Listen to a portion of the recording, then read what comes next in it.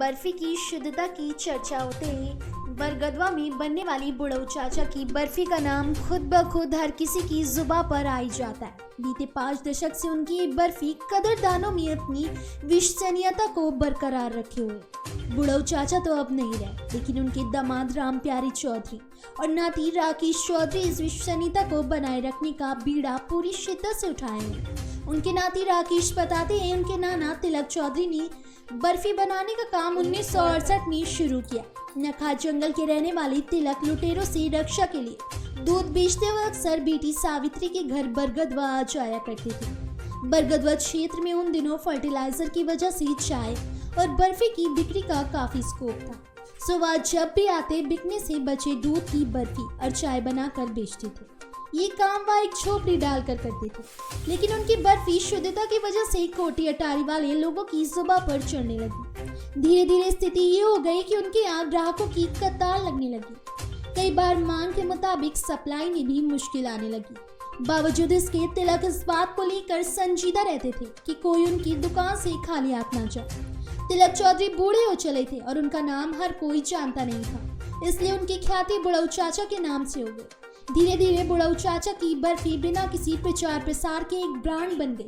2001 में जब बुढ़ऊ चाचा नहीं रहे तो उनकी दुकान की कमान दामाद राम प्यारे चौधरी ने संभाली, लेकिन उन्होंने भी अपनी ससुर की साख की खातिर बर्फी की गुणवत्ता से कोई समझौता नहीं किया। क्या नाम आपका? यशवंत सिंह। ये बताइए, बुढ़ऊ चाचा की दुकान पे आता है, किस क्या है, क्या खासियत है यहाँ पर दुकान की? और शुद्ध बर्फी मिलता है, अपनी जानकारी में यही है। कब से आप आ रहे हैं? अरे 20 साल हो गया। क्या सुने?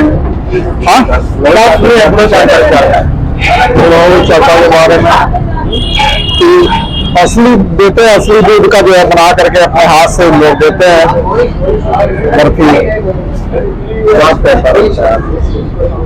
स्वाद कैसा लगता है? टेस्ट अच्छा है, आज आपको टेस्ट बहुत अच्छा है। अलग दुकानों की तुलना में इस दुकान की बुढ़ऊ चाचा की बर्फी की तुलना में अलग दुकान की तुलना में क्या खासियत है बुढ़ऊ चाचा की? और अन्य जगह पे जो है मिलावटी वाला मिलता है, वही जो है कानपुरिया खोआ मिला देते हैं उसमें। यहाँ पे शुद्ध दूध का बना के देते हैं, यही अच्छा। बुढ़ऊ चाचा बर्फी वाले स्वादिष्ट बर्फी बनाते हैं और शुद्धता का प्रतीक है। और मैं बर्फी खाने के लिए काफी दूर से आता हूँ और उनकी बर्फी गोरखपुर में काफी मशहूर बर्फी है। और इसका रीजन ये है कि उनकी क्वालिटी बहुत मेंटेन करके रखती है। मीट की क्वालिटी की वजह से बर्फी काफी मशहूर है। कहाँ से आप हैं? मैं गोरखपुर महाराजगंज से मैं आता हूँ, महाराजगंज जिले से आता हूँ और स्पेशल बर्फी खाने के लिए आता हूँ। मेरा नाम ओम प्रकाश है। क्या नाम है आपका? मेरा नाम भरत है सर।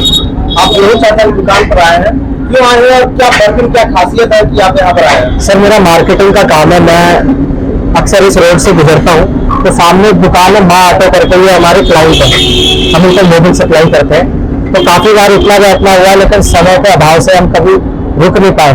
तो आज वो अपनी दुकान बंद किए हुए हैं, तो इसलिए मैंने सोचा बुढ़ऊ चाचा की बर्फी को ट्राई कर लिया है। तो मेरा यहाँ आने का मेन उद्देश्य है कि बुढ़ऊ चाचा की बर्फी को एक बार खाया जाए।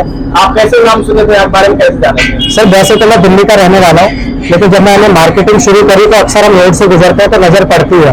तो ऐसी बातें करते करते हमको पता लगा कि यहाँ पे बर्फी बहुत फेमस है, तरह तरह के यहाँ पे व्यंजन मिलते हैं।